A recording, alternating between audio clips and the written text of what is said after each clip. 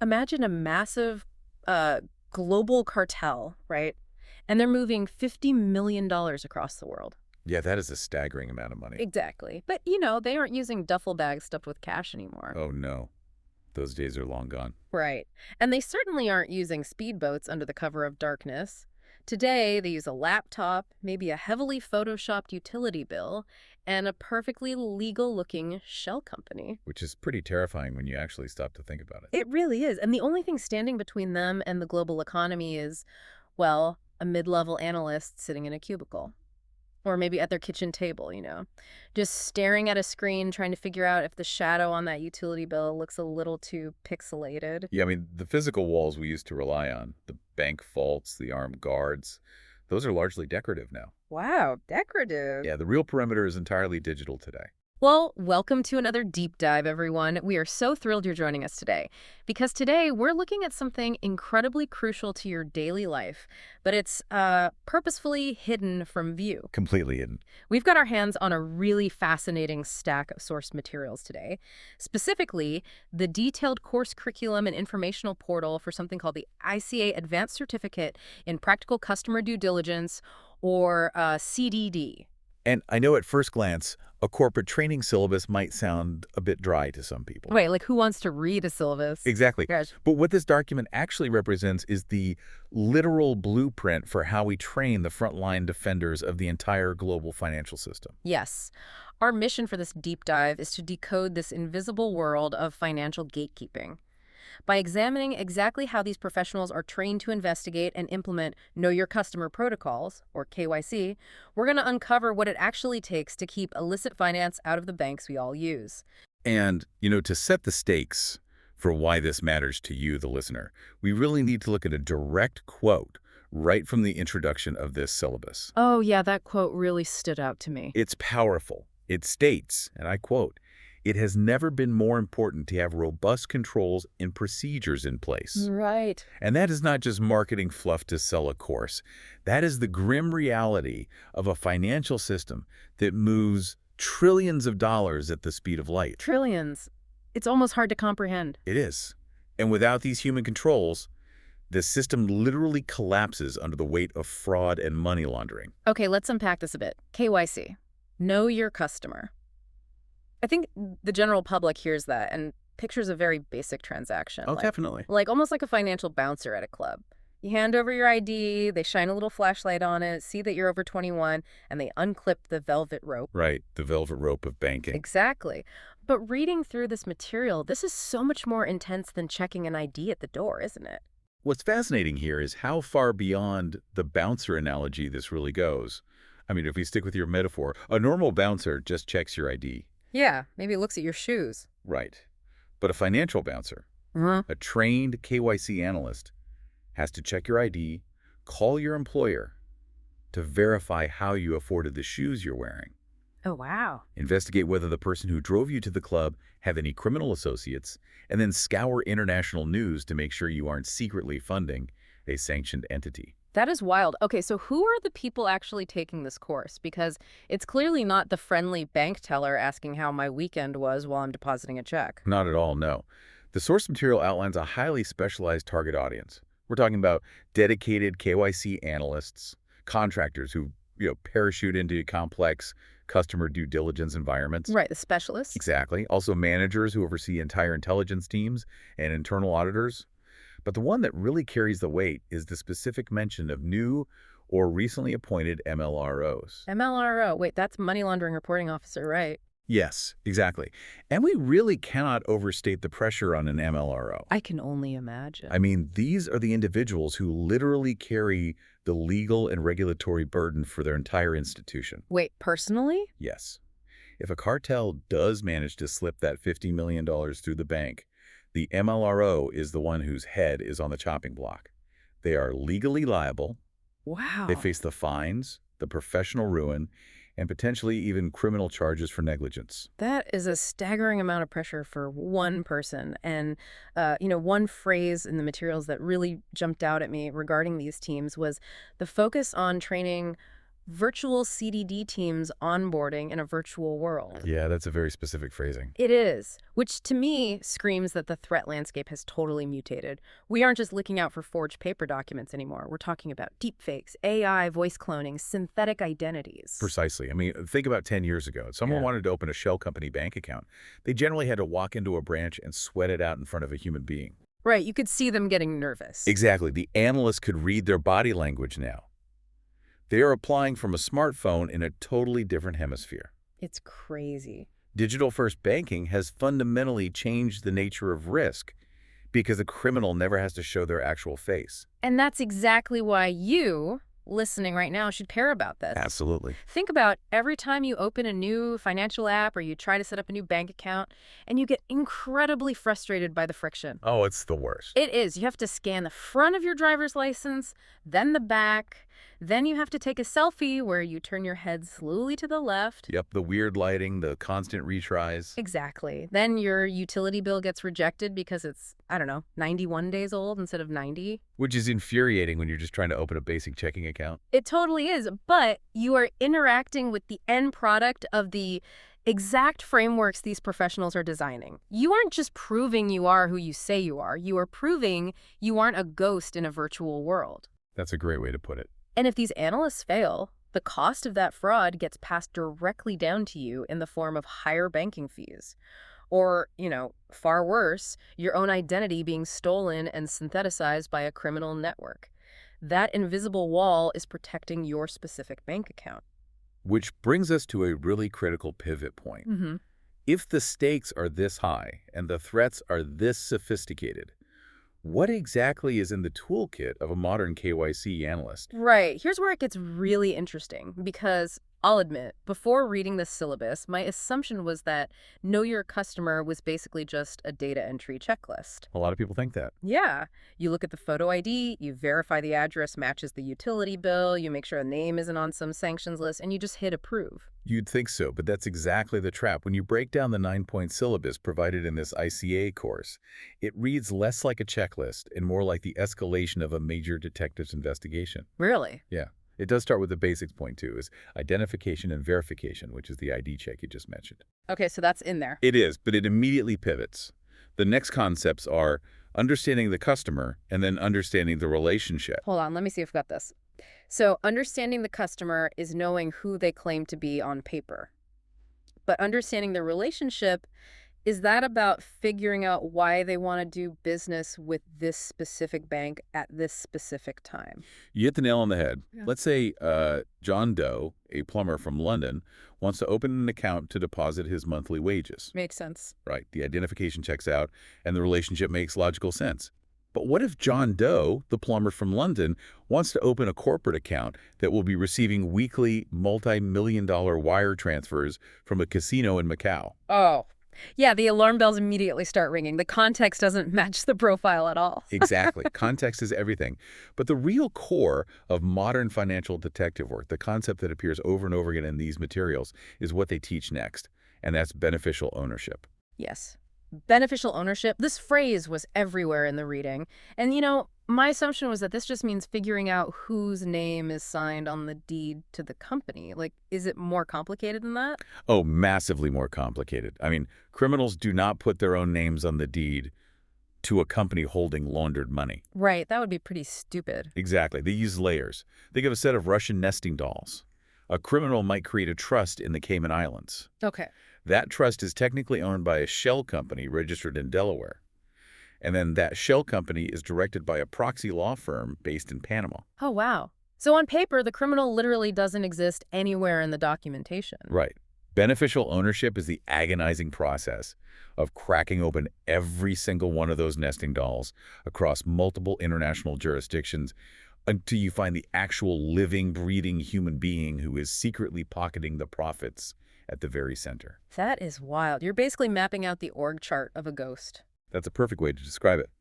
And to do that, analysts have to master the next point on the syllabus, which is understanding the control structure of the entity. The control structure. Yeah.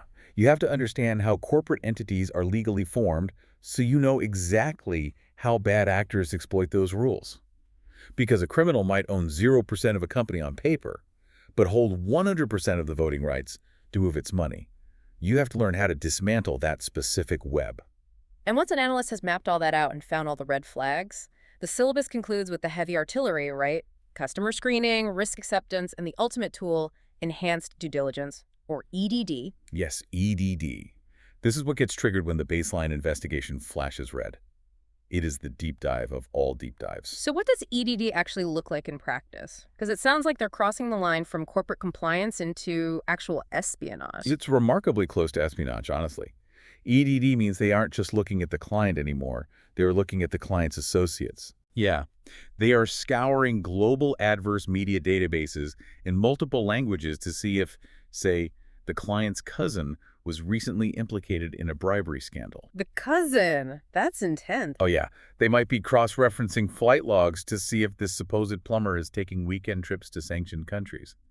They are scrutinizing the exact source of their wealth, dollar by dollar. Okay, so if the job requires you to act as a pseudo-detective, piecing together international flight logs and unmasking shadow corporations, how on earth do you standardize that training globally? That is the million-dollar question. Right. Looking at the format of this course, it is a 6-month part-time commitment. They recommend 2 to 4 hours of study a week, yielding 100 ICA CPD, that's continuing professional development hours.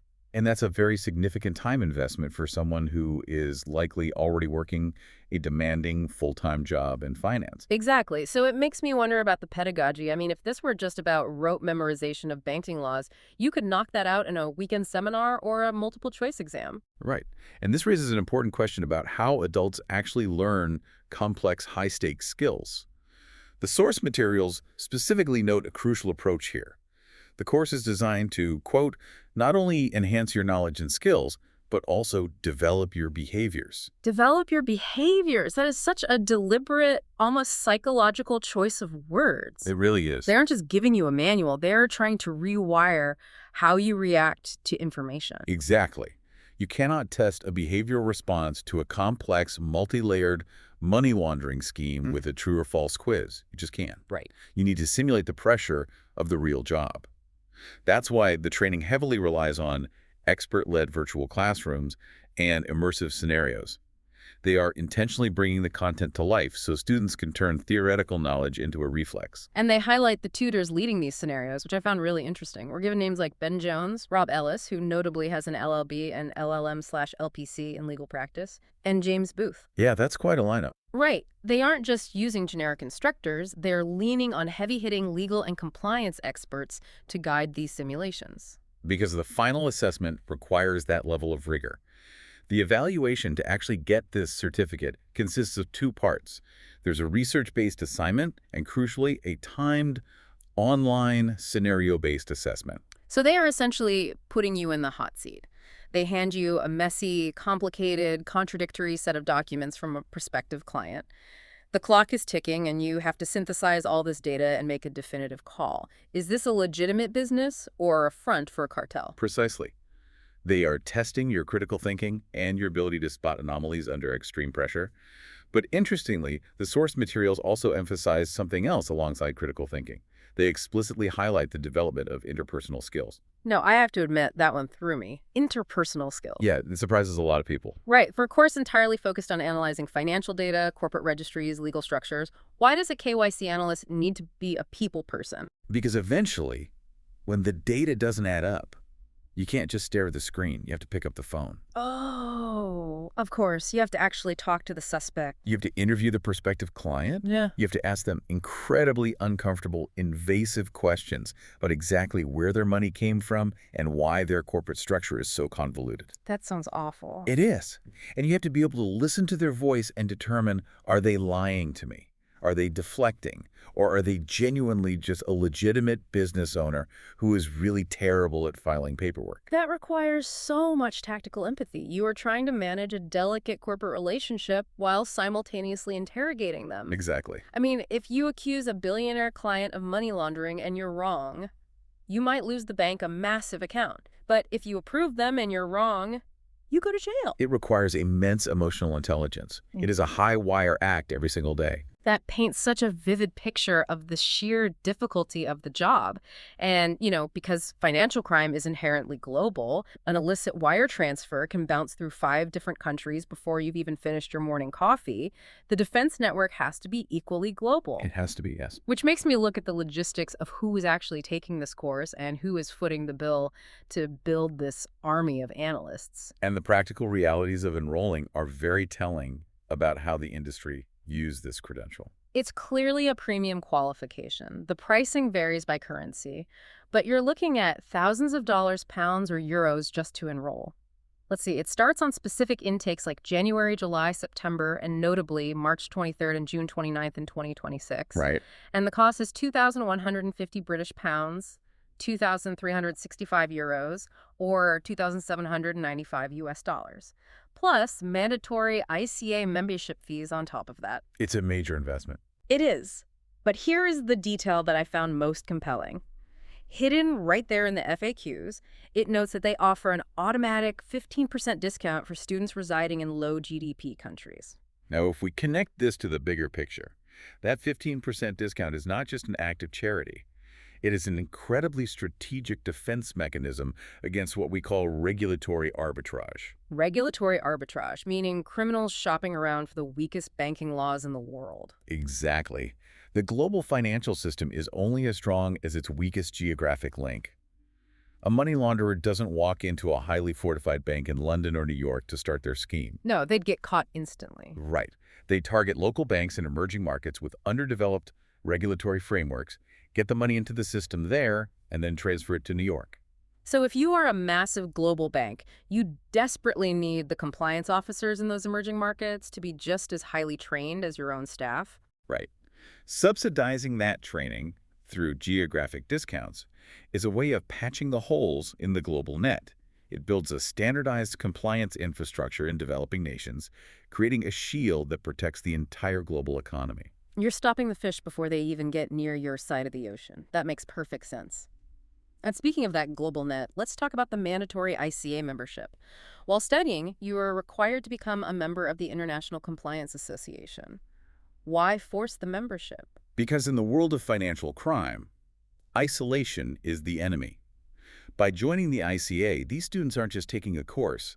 They're entering an international community of over 30,000 members. 30,000. Yeah, that is 30,000 other financial bouncers operating around the world, sharing intelligence. And the materials detail exactly what that membership gets you. Access to a uniquely personalized ICA learning hub, digital badges to prove your credentials to employers, and critically weekly webinars covering the latest industry developments. And the cadence there is so important. Yeah. Weekly. Because the criminals are updating their tactics weekly. Exactly. If you get your certificate, put it on your wall, and don't look at new training for a year, your knowledge is obsolete. The weekly webinars ensure the global network is adapting as fast as the cartels and fraudsters are. And at the end of the 6 months, assuming you pass those hot seat scenarios, you aren't just getting a certificate printed in a back office. This curriculum is awarded in association with Alliance Manchester Business School and the University of Manchester, which provides a gold standard, internationally recognized qualification. It proves to any financial institution anywhere in the world that you possess a very high level of verified practical competence. which is huge for career mobility. Absolutely. The testimonials from past students in the materials praising the exceptional knowledge base and how practical the real-world cases were, it really reinforces that this isn't an academic exercise. It's about tangible, usable skills. It is just wild to think about the sheer scale of it all. I mean, we started this deep dive looking at a syllabus for a corporate certificate, but what we've really uncovered is a massive, highly coordinated effort to defend the modern economy. It really is. Customer due diligence is so much more than regulatory red tape or an annoying identity check on your banking app. It is a vital, breathing defense system. It requires rigorous, scenario-based training, sharp critical thinking, immense interpersonal tact, and a global community of experts dedicated to unmasking beneficial owners and managing risk in real time. It is a monumental human effort. But, as we wrap up this deep dive, there's a thought that has been lingering in the back of my mind while reviewing all this material. Something that isn't explicitly covered in the syllabus, but becomes inevitable when we look at the trajectory of this industry. Okay, where do you see this going? Well, we've just spent this entire conversation exploring how human beings are meticulously trained over 6 months to spot financial crime. They learn to untangle complex corporate webs, to use their interpersonal skills, to hear the lie in a client's voice, to sense when a document just feels wrong. Right. But we are rapidly entering an era where artificial intelligence is becoming capable of analyzing infinite financial data in milliseconds. Right. I mean, AI can spot a pattern across a million transactions instantly. Exactly. And AI can map a global network of shell companies, cross-reference it with international flight logs, and flag an adverse media report in a foreign language before a human analyst has even finished their morning coffee. Which sounds great for the banks, right? It does. But here's the catch.